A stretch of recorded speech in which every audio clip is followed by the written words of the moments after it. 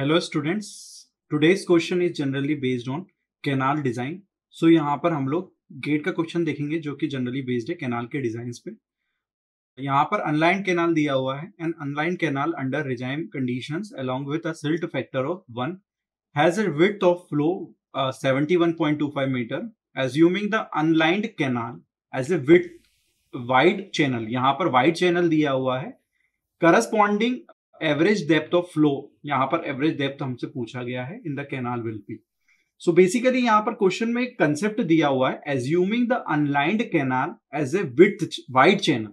सो wide channel में basically यहाँ पर हम लोग देखें तो जनरली पी जो बेसिकली पी है वो विड्थ के इक्वल हो जाएगी। हमारा पैरामीटर बेसिकली जो है विड्थ के ही इक्वल हो जाएगा।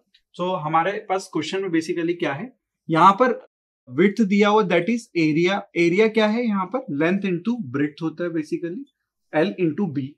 सो बेसिकली यहाँ पर डेप्थ देखते हैं तो डेप्थ बेसिकली कितना क्या होता है, depth is equal to area upon width, area upon width. So यहां पर हमारे पास एरिया बेसिकली नहीं दिया है, एरिया डिवाइडेड बाय विड्थ हमारे पास कितनी दी हुई है, दैट इज 71.25, 71.25। यहां पर कंडीशन दी हुई है, नोट डालने की बात है कि यहां पर क्वेश्चन में क्या दिया है, if unlined canal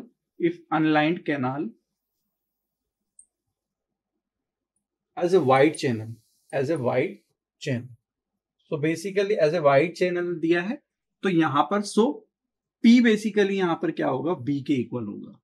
P basically क्या होगा, B के इक्वल होगा। और हमने ऑलरेडी अनलाइंड कैनाल में हम लोगों ने डिजाइन पढ़ी हुई है कि पेरीमीटर इज इक्वल टू कितना होता है, 4.75 अंडर रूट ऑफ डिस्चार्ज। यहां पर विड्थ देखें तो विड्थ भी बेसिकली सेम ही हो जाएगी, that is 4.75 under root of Q. So basically P is equal to B होता है।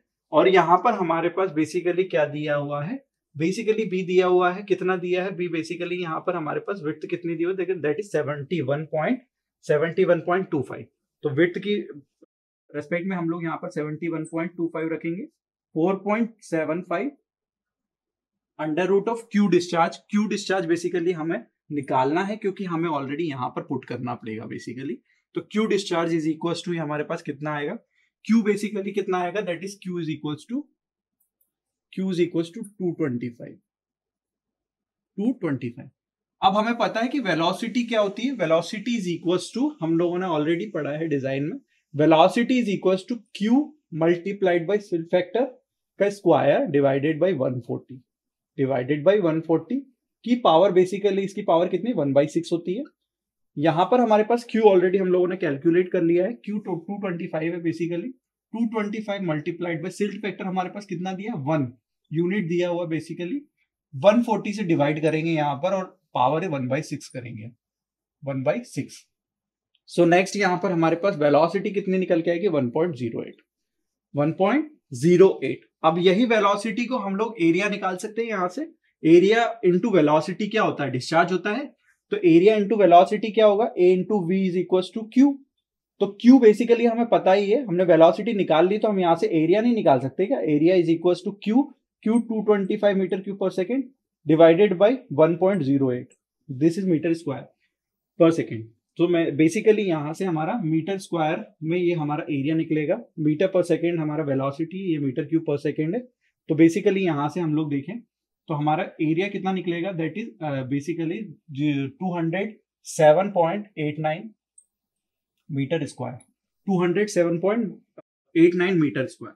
सो बेसिकली यहां पर हम लोग यदि आप देखें नाउ हमारे पास एरिया आ गया है तो यहां पर डेप्थ कितना होगा, depth is equal to area that is 207.89 divided by width कितना है 71.25।